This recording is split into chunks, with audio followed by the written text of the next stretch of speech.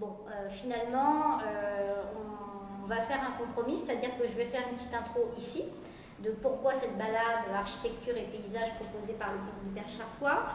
Et ensuite, je propose qu'on se déplace en covoiturage sur le site du plan d'eau, où on peut faire une petite pause à l'ombre, il y a de quoi se mettre à l'ombre et peut-être même s'asseoir, pour parler un petit peu du développement agricole ancien, à partir, on va dire, du Moyen-Âge pour faire court, au travers des domaines de l'abbaye de Tuffet et de Chéronne. Et ensuite, on reprendra la voiture pour aller directement chez Jean-Marc Orieux, où là, il nous conduira sur l'éminence en question au-dessus de sa ferme, et on aura quand même la possibilité de faire une lecture de paysage assez large comme il l'avait prévu. Bon, alors oui, l'idée c'était quand même de pouvoir cheminer, mais bon, c'est pas grave, on profite de l'ombre, on fait autrement. Pour revenir un petit peu sur le cadre du développement de Tuffet, puisque je parlais des villas tout à l'heure, bon, il y avait probablement au moins une villa là dans le secteur, peut-être à l'endroit même de l'abbaye de Tuffet, que tout le monde connaît. Oui, que tout le monde connaît. Donc c'est pas grave si on n'y passe pas.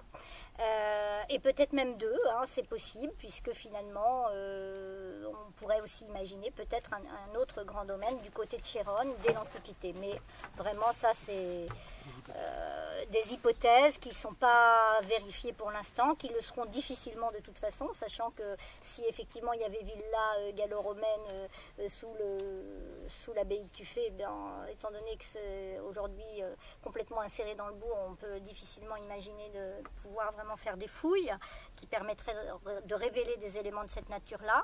Et puis sur le domaine de Chéronne, là il n'est pas question non plus de faire des recherches archéologiques plus poussées, donc voilà, on laisse ça pour les archéologues du futur qui auront encore d'autres moyens d'investigation que les nôtres actuels. Mais voilà, c'est probable. On ne sait pas du tout, en tout cas, ce qui se passe à la fin de l'Antiquité, au début même du Moyen-Âge. On ne sait pas, par contre, la certitude qui est la nôtre, c'est la fondation, vers 650, d'un monastère de femmes, à l'initiative d'un grand personnage, sans doute, qui s'appelait Lopa, et qui a finalement légué ses biens pour fonder un établissement religieux. C'est tout à fait dans l'air du temps, on va dire, pour l'époque. Mais malheureusement, là aussi, on a très peu d'éléments d'information, sachant qu'au siècle suivant, pour des raisons qu'on ignore, mais qui sont aussi liées au contexte compliqué du Haut Moyen-Âge, eh bien, probablement, cet établissement va disparaître, et les terres qui dotaient cette première abbaye ont été reprises par des personnages laïcs donc qui se sont emparés de ces terres. L'étape suivante, à partir de laquelle, où là on a vraiment des informations pratiquement de manière continue, c'est le XIe siècle, puisque au XIe siècle, Hugues de Mondoubleau, vers 1015, va finalement, entre guillemets, refonder en quelque sorte un établissement religieux sur le site de Tuffet, puisqu'il va donner en fait des biens justement pour la reconstitution finalement de l'abbaye qui s'appelait Sainte-Marie de Tuffet. Mais à ce moment-là, au XIe siècle, donc les ordres religieux ont évolué, et finalement il va confier ces terres à l'abbaye Saint-Vincent du Mans, qui va faire de Tuffet l'un de ses prieurés. Donc ce sera vraiment une étape très importante, parce que c'est ça qui va aussi garantir la pérennité donc de l'abbaye de Tuffet, et qui va permettre vraiment un développement agricole qu'on va pouvoir suivre ensuite jusqu'à la Révolution. Donc, XIe siècle, donc étape très importante, on dote le site de Tuffet de biens, qui sont des droits seigneuriaux, qui sont des terres, des maisons, etc. On parle de la ville de Tuffet, bon, on ne sait pas ce que ça recouvre finalement que ce terme de ville. Et en tout cas, à partir de là, il va y avoir le maintien d'un domaine agricole très important, sous l'égide des moines de l'abbaye Saint-Vincent, qui vont nommer à Tuffet un prieur, donc, puisque c'est un prieuré, et qui va finalement administrer ces terres, à la fois d'un point de vue strictement agricole, puisque une abbaye ou un prieuré, c'est un établissement autonome, donc qui doit vivre de ses propres productions. Donc il va y avoir ce qu'on appelle le domaine propre, qui est un petit domaine. À la Révolution française, ce domaine propre, donc, qui est exploité en direct par les moines eux-mêmes, c'est à peu près 34 hectares. Alors, 34 hectares qui sont en fait utilisés à la fois en jardin. Je vous ai apporté le plan du monasticon parce qu'on voit bien donc, le site du prieuré, bon, qui n'était pas tout à fait comme ça, mais peu importe. Globalement, il ressemble à ça, avec autour des jardins qui peuvent être des jardins d'agrément, des vergers, etc. Et puis, quelques terres. Alors, donc, ils exploitent leur domaine avec les jardins, avec également des prés.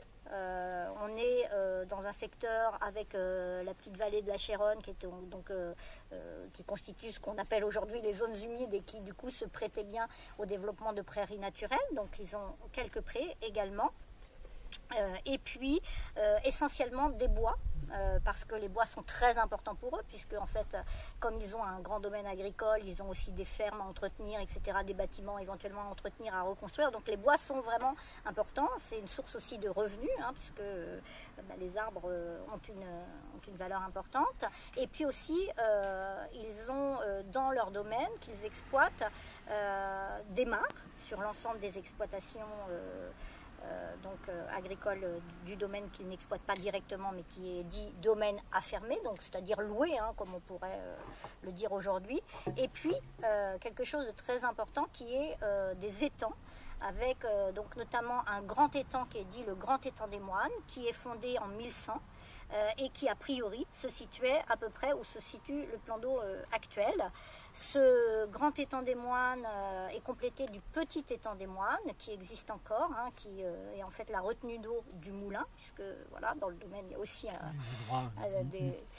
des banalités, et parmi ces banalités des moulins.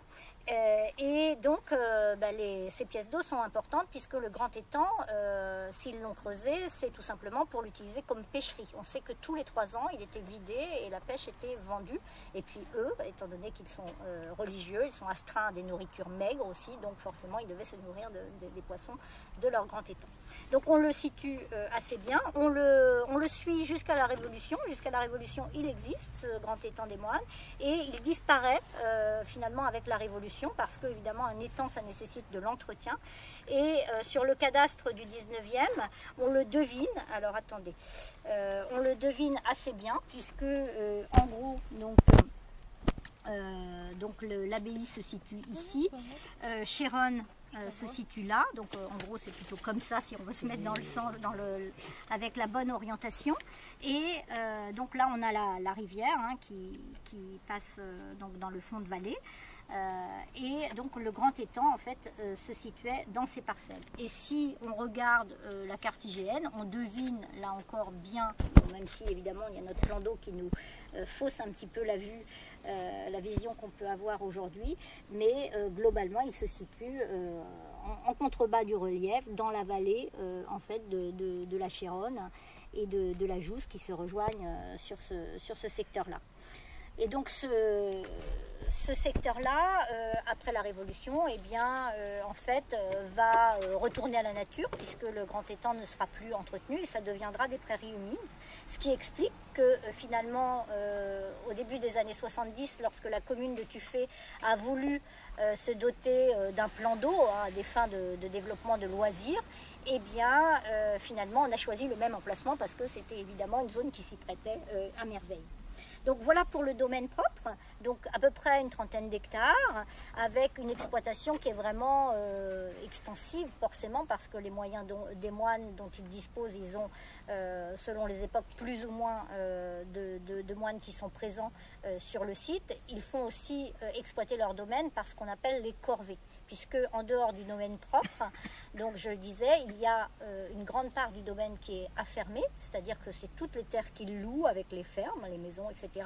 Et ce domaine affermé est composé d'à peu près 25 exploitations tout autour de de Tuffet, je dirais, puisqu'il y a des exploitations qui sont à Tuffet même, mais ils ont aussi des exploitations à La Chapelle-Saint-Rémy, Saint-Hilaire-le-Lierru, Boissé-le-Sec.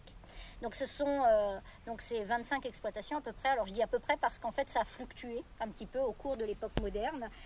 Au moment de la vente des biens nationaux, il en reste 24 et au maximum il y en a eu 28.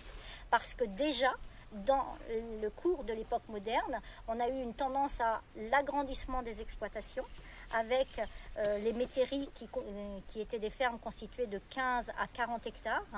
La plus grande exploitation, c'était celle, les gens du secteur, je la cite pour eux, de la terrouinerie, qui est à la limite, je crois, de Tuffet et de Boissé-le-Sec, qui était en fait une exploitation de 40 hectares. Mais imaginez, avec les moyens de l'époque, exploiter 40 hectares, c'était une très grande ferme. Ça faisait quelques jours, non. Et voilà. Et donc ces terres, ces exploitations agricoles ont gagné au cours de l'époque moderne, pour les métairies à peu près 6 hectares. Au cours de l'époque moderne, elles ont pris 6 hectares, et les bordages à peu près 2 hectares et demi. J'ai essayé de faire des conversions pour que ce soit plus simple à comprendre, mais ce qui montre qu'il y avait déjà une tendance à évoluer en matière d'agriculture et puis à se développer un petit peu, les plus petites exploitations n'étant pas maintenues. À cette image, on sait qu'au-dessus, là, en direction de Passe-Vite, on avait le bordage de Sainte-Catherine, par exemple, qui a été réuni à la ferme de la Nouette, qui est aujourd'hui complètement englobée dans le bourg de Tuffet. Et donc, on a fusionné déjà ces exploitations. Donc, les mouvements d'accroissement, etc., ça ne date pas d'hier, malgré tout, même si c'était à des échelles, évidemment, beaucoup plus modestes. Bon. Donc des exploitations louées à des agriculteurs, enfin des paysans, et qui permettaient en fait d'être une source de revenus très importante pour les moines. Et on sait par des études qui ont été faites du domaine de l'abbaye de Saint-Vincent que Tuffet était le principal prieuré et le plus important en ressources des prieurés de l'abbaye Saint-Vincent. Donc c'est aussi pour cela qu'ils avaient soin de leur domaine, qu'ils faisaient beaucoup de travaux sur leur ferme, etc. On en connaît beaucoup de détails par les archives justement conservées aux archives départementales. Voilà, donc ça c'est le domaine exploité par les moines, le domaine qu'ils louent, et il y a aussi ce qu'on appelle les sensibles, c'est-à-dire tout un territoire très très vaste qui comprend plusieurs paroisses, donc aujourd'hui étendu sur plusieurs communes, sur lequel en fait les moines ont des droits, mais en fait ils ont ce qu'on appelle la propriété éminente, c'est-à-dire que ces terres, c'est sans doute la dotation de base qui a constitué l'abbaye, mais peu à peu, dans les périodes difficiles, finalement, ils ont délégué ces terres-là à des sujets avec des statuts différents, ça peut être des fiefs, etc.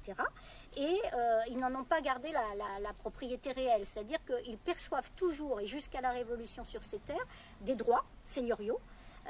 Ils ont des devoirs aussi, ils entretiennent les chemins, etc. Ils appliquent leur justice, puisqu'ils ont le statut de baron, mais au sein de ce domaine donc qui n'est pas véritablement leur propriété, les sensibles, comme on les appelle dans les époques anciennes, eh bien, en fait, il y a de multiples propriétaires. Et pour donner une image, parce que souvent les gens se font une idée assez fausse, à la Révolution, à la fin du XVIIIe siècle, sur ces terres-là, qui dépendent des moines, mais dont ils ne sont pas vraiment propriétaires, eh bien, il y a, parmi les propriétaires réels, il y a 33,6% de propriétaires qui sont des paysans. C'est pour aussi battre en brèche une idée comme quoi avant la Révolution les paysans n'étaient pas propriétaires. Non, c'est faux, ils pouvaient l'être, et en l'occurrence l'étude de ce domaine montre qu'ils le sont à 33, un petit peu plus de 33%.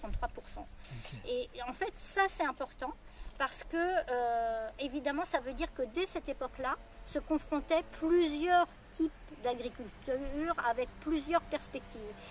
C'est bien évident que tout cela, c'est une agriculture vivrière de toute façon, puisqu'on produit pour nourrir sa famille, et en fait on vend très peu de production parce que la productivité est très très faible, et la hantise des époques anciennes, c'est la soudure, c'est-à-dire la période avant de semer où on doit économiser les grains, prévoir le pain, etc.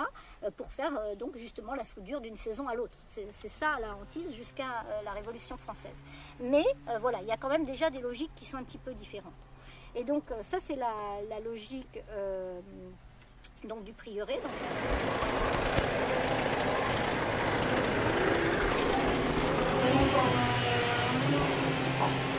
Donc le lait, il vient dans le tank par le tuyau là, et il est pompé dans la citerne directement au pied de cuve. Donc le lait ne voit jamais. Et en bio, quand dans une tournée ils arrivent à mettre 18 000, ils sont contents. C'est ça, ouais, ils sont contents. Bah oui, c'est pour ça que je posais la question. Je me dis, il y a peut-être des modifs plus petits. Non. Voilà. Alors nous allons grimper. Bon, et puis du coup l'idée c'était de parler de l'agriculture actuelle, présenter la ferme, peut-être aller voir depuis la butte là-haut. La butte, parce que justement j'ai parlé un peu des fermes mais de manière virtuelle parce qu'on est resté sur le site du plan d'eau, comme j'avais prévu qu'on chemine et ça n'a pas été le cas. Et donc ce sera bien de faire une petite lecture de paysage de là-haut. Donc peut-être qu'effectivement on peut commencer par ça avant de redescendre.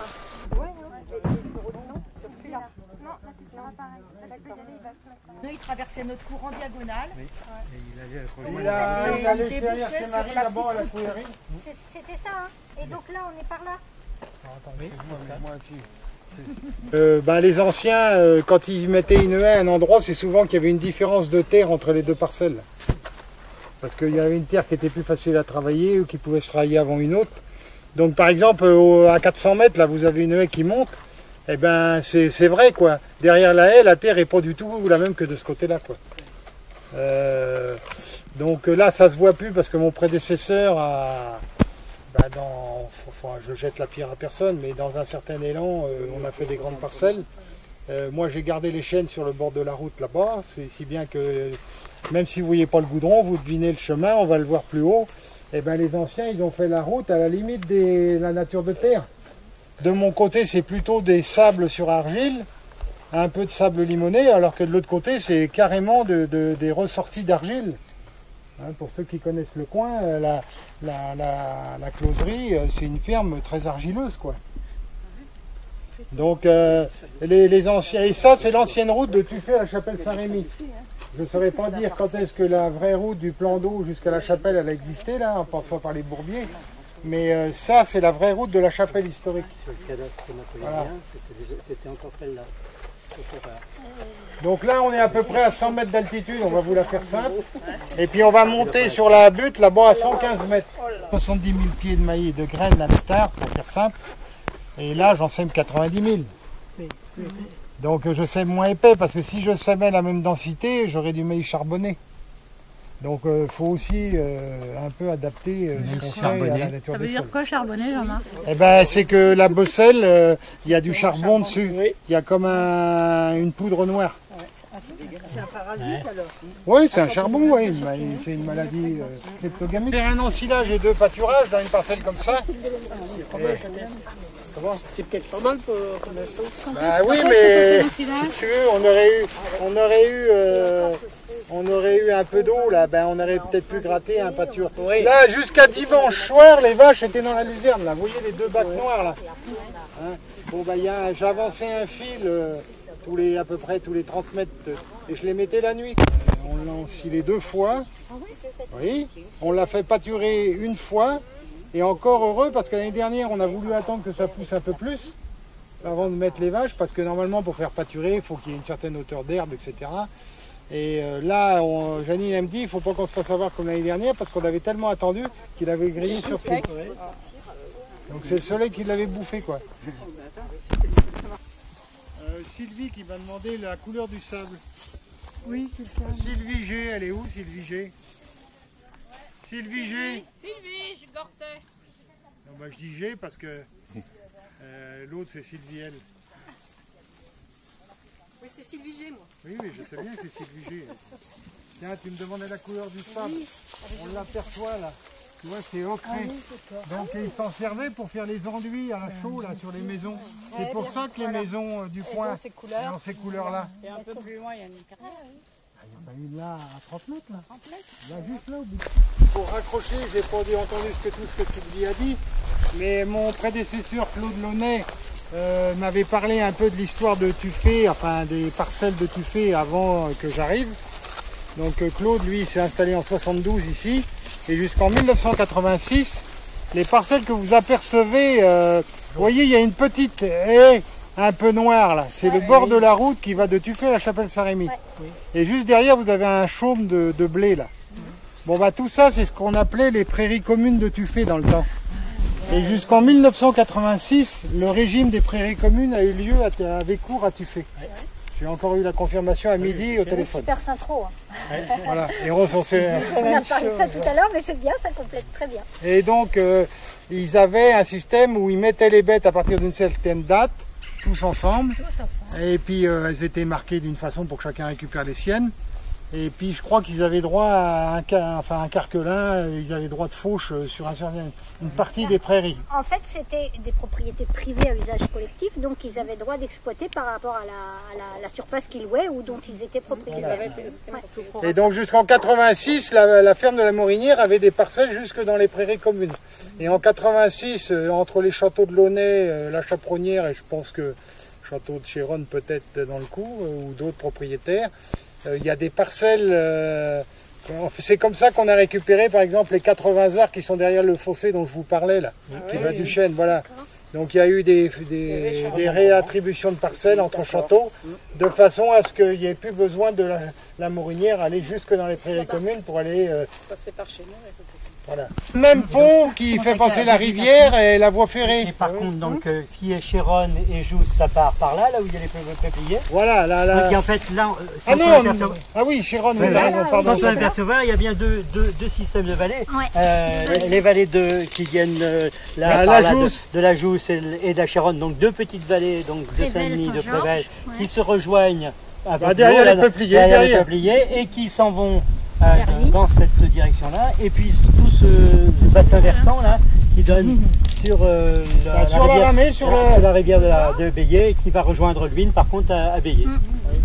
Et avant on en faisait plus de 20 hectares de maïs, hein, donc on est plutôt en prairie, plus de métailles, des mélanges céréaliers, et puis la luzerne, on a développé la luzerne aussi. Vous allez faire beaucoup de prés avec ça. On fait de l'ensilage ou de l'enrubanage et du foin. Et donc, si bien même, ça permet les récoltes, elles sont faites au printemps, quoi, avant les coups de chaud. L'ensilage d'herbe, vous en faites? Ah bah oui. Qu'avant, on en faisait très très peu. Hein. On a fait 3 chantiers d'ensilage, un chantier d'enrubanage, et puis sinon, beaucoup de pâturage. On ferme notre silo de maïs. Cette année, on a fermé un peu plus tard, parce qu'il nous restait du maïs. Il fallait absolument liquider le maïs. Il ne fallait pas un grain de maïs. Oui, c'est gentil. C'est gentil. Oh, et là-bas, regarde. Elle doit être née le jour d'une soirée.